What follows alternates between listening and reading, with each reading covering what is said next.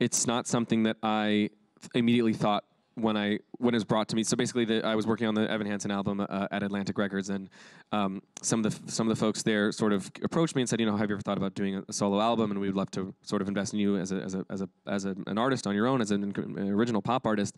And it's sort of been a pipe dream of mine to make my own music. But I think I always expected that someone might approach me first and say, why don't you do a album of standards, or why don't you do an album of theater covers? What typically happens to Broadway actors. Sure. So I guess I never really allowed myself to sort of dream that far, and to feel their faith in sort of not just me as a singer, but me as an artist and someone whose perspective and voice is worth kind of investing in. I think that kind of gave me the fire necessary to give it my best shot and really kind of sit down and in earnest try to songwrite from my own voice. What was that like the first time you sat down and tried to write a song?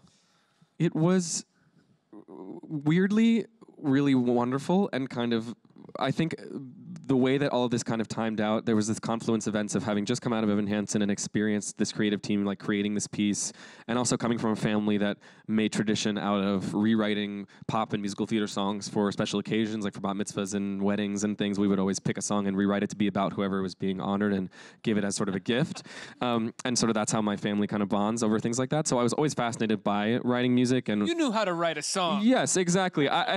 Exactly. I had all sorts of experience kind of hovering around, just sitting down at the piano and writing for my own voice, but I had never in earnest just done that free of structure or occasion or comedy or anything. Right, when you showed up with the professional songwriters, you're like, guys, I got this. I've written parody bar mitzvah songs. It's the Brady Bunch theme song, but it's about my sister. No, it's, no, exactly. So I think I was sort of led as far up to the sort of gate as possible, and then I just sort of had to open it. And once I wrote and saw that I didn't hate what I wrote, then sort of the confidence grew at an exponential level.